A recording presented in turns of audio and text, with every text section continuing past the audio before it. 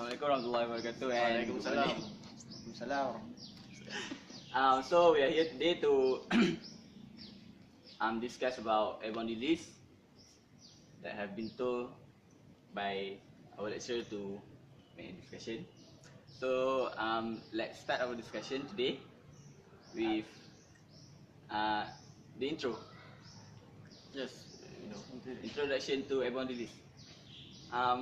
Airborne disease, a disease that spread by air, that may contain an aerosol of microbes, which are fungi, bacteria, and viruses. These sometimes are important to human and veterinary medicine that has been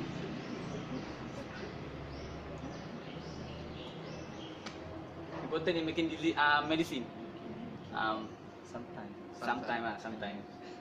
to develop a new medicine. Yes. Yes. You are a good boy. Thank you.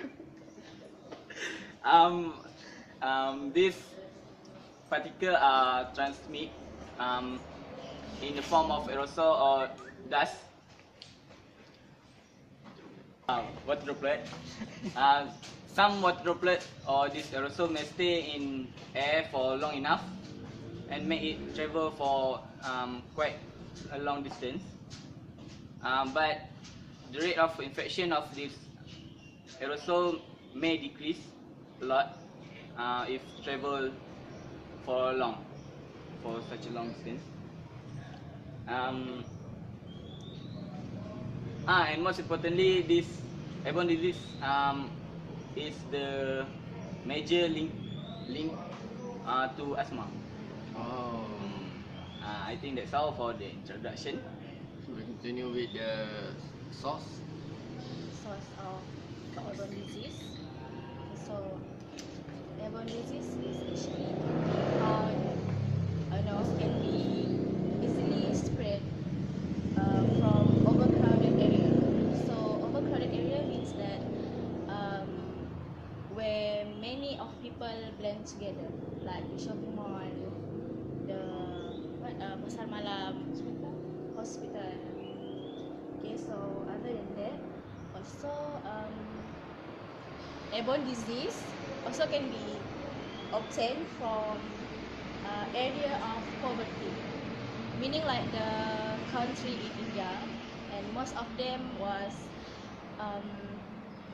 die because of many kind of disease, and one of it is from airborne disease, such as H1N1, and also in China because the population is too high. Okay, and then also in the condition where they apply a poor hygienic condition. That means that the hospital or the house is so dirty. Okay. Continue. Also, the source of airborne disease is from the birds. They have a dried powdery droppings. Oh, Jesus. Yes, and also the droplets from air condition. And sometimes we didn't service the our air conditioning system, so maybe there are a lot of pathogenic virus or bacteria. Other than that, you also can found from the decomposing organic matter, just like fertilizer. So there must be a lot of fungus. I guess that's it from the source. So let me continue with the type of the airborne disease. There are three categories of airborne disease, which is from the bacteria, virus, and fungi. Okay. So from the bacteria, when the type of disease is such as cough, pneumonia, and tuberculosis. Tuberculosis is infected by Mycobacterium tuberculosis. So for the next category is fungi. The disease that is caused by fungi is aspergillosis and also histoplasmosis.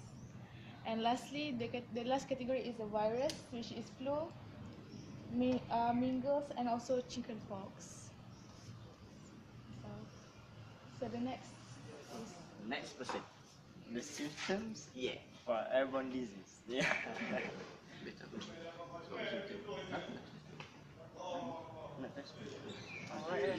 okay, like my mom say, uh,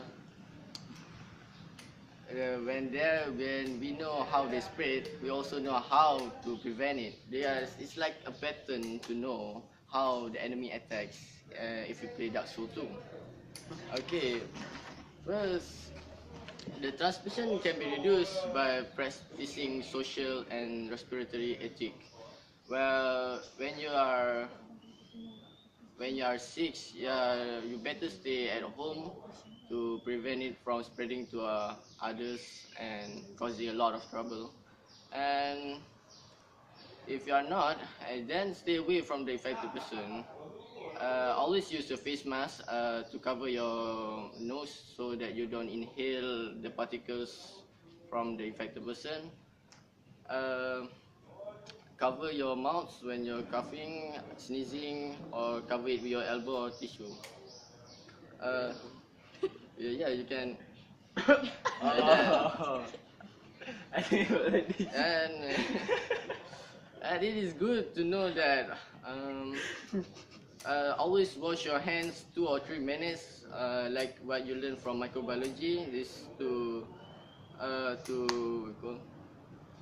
maintain hygiene. to maintain a hygiene, condition. the good hygiene, so that there's 99.9% of bacteria is lost. If when you using Dettol. Dettol, That's all. Yes. always support Dettol, and it's also prevent from the germ from spreading to others, and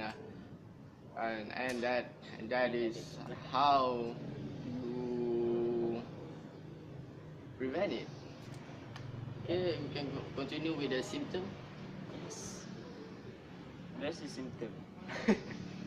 Symptoms for airborne disease are sneezing, that often accompanied by Group WhatsApp. a running of clogged nose, and coughing and postnasal drip, itching eyes, nose, and throat, and sometimes watering eyes, allergic shyness, dark circles under the eyes caused by increased blood flow near the sinuses. It, like the panda. Yes, because dark circle under the eyes. Ah, Yeah. Kufu by the tree Yes, last night. Kufu by the tree. Last night, bro. And then conjunctivitis, an inflammation of the membrane that lifts the eyelid, causing red rimmed, swollen eyes and crusting of the eyelids. And my friend already told the way to prevent this. Yes. I already If you told how have to this prevent it. symptom. Yes. I think so. So we can, anyone can add something. But guys, the focus team is about the airborne disease is hard. It's difficult to control. That is very difficult to control. That's why we have a prevention how to question. So, from the focus team given, it is about the airborne disease is very hard to control. So, what do you guys think? Why is the airborne disease very hard to control? Yeah, because the human always try to take a risk to do something really opposite from the way to prevent it. That's why. They do not take it seriously, right? Yeah, this thing is not really that important for some of us. We don't even care. Like when we eating, we never wash our hands with soap or even wash our hands. With a proper hand technique. Yes, and also people thought that the disease was spreading in just a short period of time because the particles and droplets is capable of remain suspended in air for extended period of time. So they didn't practice. for a long time. Good hygiene. Good hygiene. And another thing is airborne disease sure is hard to control because it is transmitted by many transmitter such as human, birds, animal, and sometimes from it can stay in the meat of something we eat. We can see it such as the H1N1 virus that started in China, but somehow it spread over the world and infected a lot of people. So because of this, the way of it transmit through air make it very difficult to control because air is something that we breathe every day. Yes, and it was something that we need to live. So it is hard to control, but it can be prevented, such as has been said by Hari. So I think everyone should do the prevention step because prevention is better than cure. Like you say about the air, actually because our transportation has improved, we have an aeroplane so we can go to another places. That's why the spreading is very hard to control and maintain. And sometimes the person already know that they have the symptoms of the airborne disease, but they don't take a quick action. Yes, they already know that they have itching eyes or something like watering eyes, but they assume that it is a simple sickness. Yeah, most of them are too scared to go to the hospital. Like when you go to hospital, then you expect to get H1N1, and nobody wants that. Yes.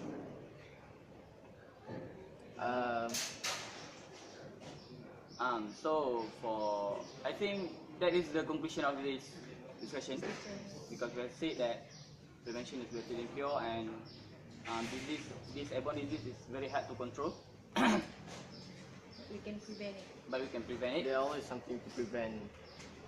Yes. So I think everyone should do the prevention step, and if you have the symptom of this flu or this disease, it is advised that you go to the hospital or the nearest clinic immediately and see a doctor or something to check your Whether to you have a are- medical check. whether you are healthy or not. Yes. Always stay away from airborne disease. Take a good careful hygiene. Make sure